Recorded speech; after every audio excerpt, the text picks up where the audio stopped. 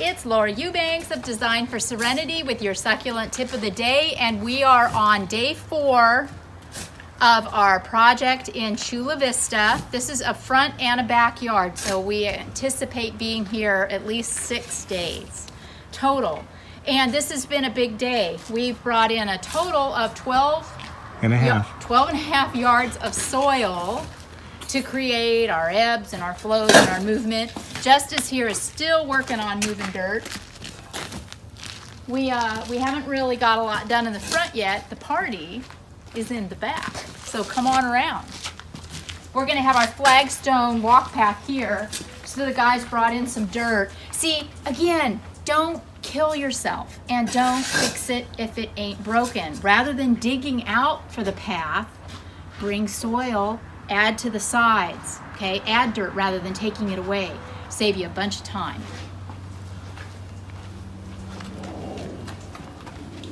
All right, the Ficrea McDouglii area is planted. This magnificent specimen plant is flanked by AEONIUM ZWARTKOP, Crassula undulata. You've heard me talk about undulata, or as Tom Jesch calls it, fungulata. This is a fantastic succulent hedge because of its growth habit, which is very round. The leaves are very undulated. So if you're looking for a little short hedge, plant a bunch of undulatas. Just a great little filler plant. And we've got Euphorbia, MILLII, Ready Red, one of my favorite little crown of thorns. And we'll have an uplight going on this plant, and black top dressing rock with some Baja red ribbon. We've got about 2 more levels to go visually until this space is complete.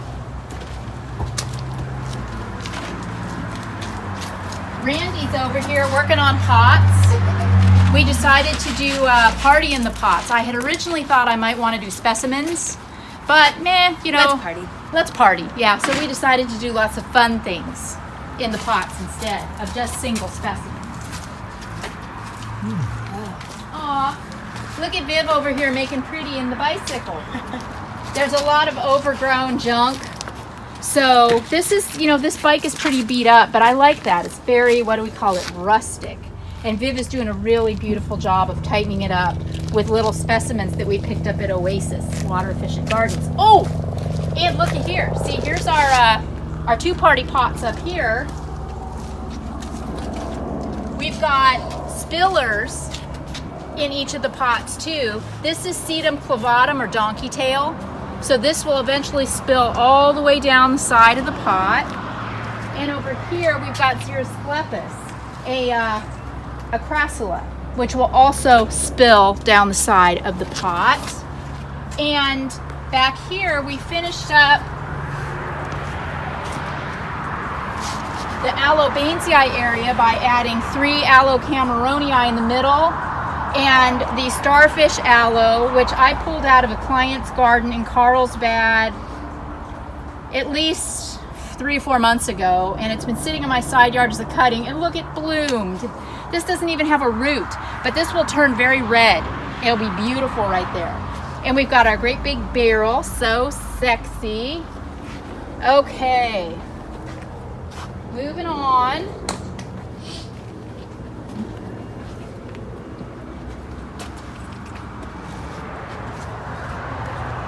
We've got, this is another great filler, the Kalanchoe orgialis, or copper spoons.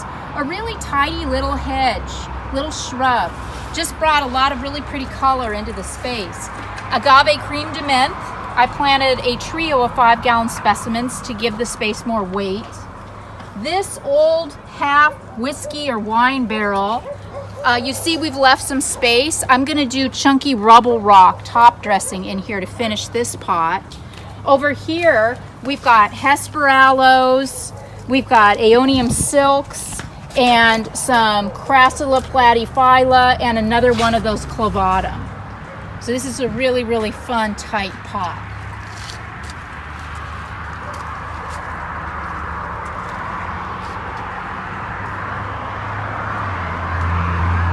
We got a couple of barrels going here. We've got the beautiful Euphorbia that Tom just laced out for us, staged right here. I finished my tapestry back here just a few minutes ago around my driftwood.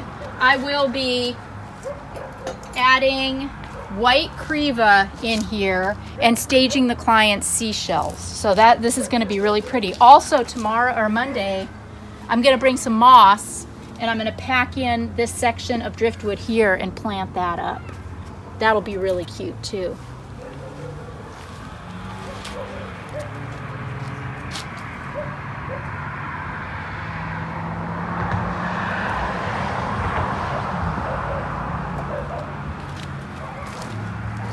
The client had this cute heart-shaped stepper that I restaged in the garden. And what is a garden? You've heard me say every garden needs a phallus. Well, also every garden needs balls. And I adore balls, don't you? These are so cute. So I planted a little euphorbia right in front of it to kind of mirror the whole ball thing that's going on here. We staged the client's bird bath. She picked this up at Planter Paradise. She loved all of the seashells and kind of the ocean theme, and it really ties in with what I'm going to be doing with the creva. We put a Petalanthus bracteus back here. This is going to be the barbecue, the new barbecue they're having done. They saved a couple branches from the crepe myrtle tree that was taken out of this yard, so I staged them just as an architectural piece, as some garden art here behind the barbecue. And then the guys were able to move some massive boulders back here. So this whole big corner is absolute perfection with Euphorbia tirucali, a couple of giant rocks, and this trio of barrels. How magnificent is that? So we really killed it today. Like I said, we've got a couple of more days. There's still lighting, there's still irrigation, there's obviously still planting to do, there's still top dressing. So we will pick it up on Monday. This has been Laura Eubanks of Design for Serenity reporting in Chula Vista on day 4 with your succulent tip of the day.